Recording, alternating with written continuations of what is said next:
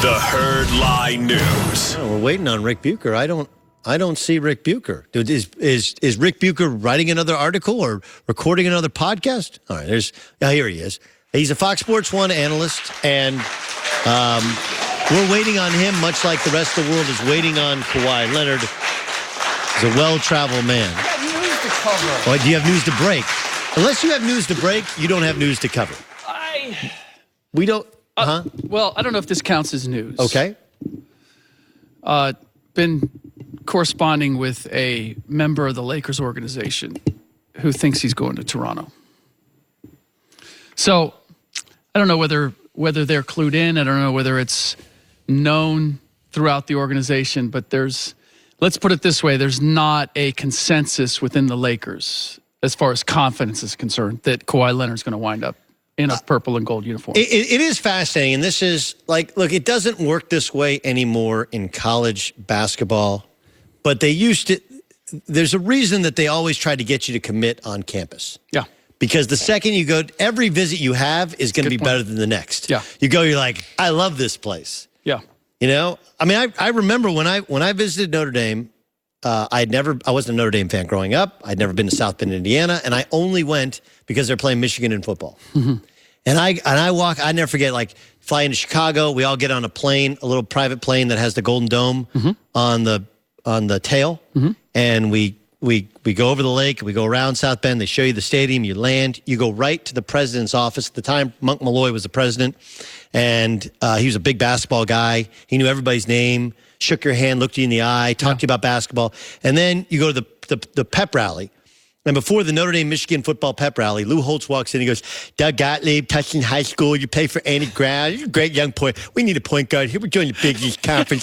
You want a chance to play for John McLeod. He's an NBA coach. Good. This is an unbelievable opportunity. I got to go out there. We're just hopeful we can line up on the center, make sure the quarterback is behind the center, not behind the guard. But I expect you to sign the University of Notre Dame. It's the greatest university on earth. And I was like, Lou Holtz knows my name. Yes. Where do I sign? Yeah.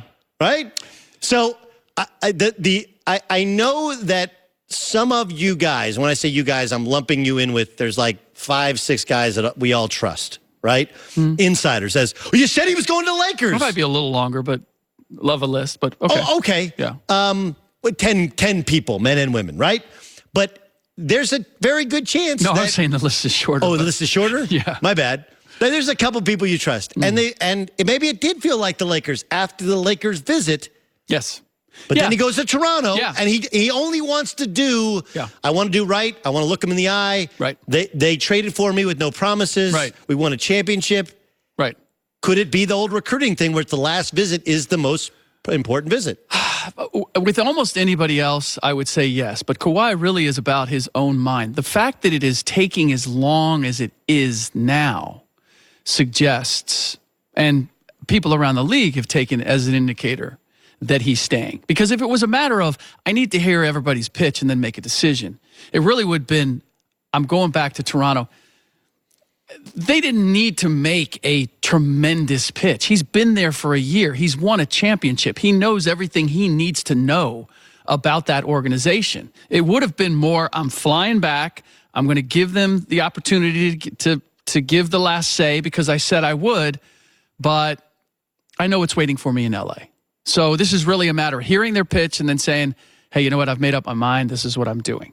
The fact that he has extended it beyond this is an indicator to people in the league that he is staying in Toronto. The question, there's still a host of questions with the Lakers. People are focused on Anthony Davis and LeBron James.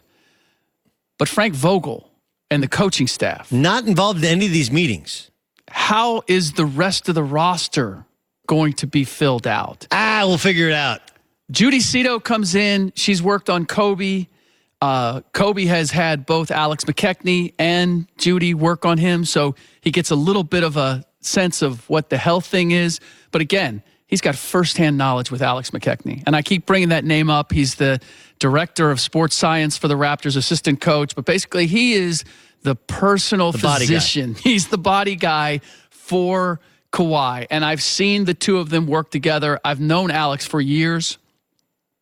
the trust that I see between those two and for knowing what is important to Kawhi at this point, which is I don't want to go through another season where I only play 9 games. Right. I want to play. All right, we're going to continue with this discussion. Plus, I want to get into the Knicks if they actually made the right decision to not offer KD the max. What the Nets will that Nets thing work? I think that's fascinating. Will the Nets thing work?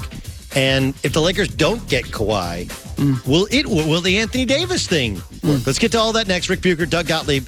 That's next. This is The Herd.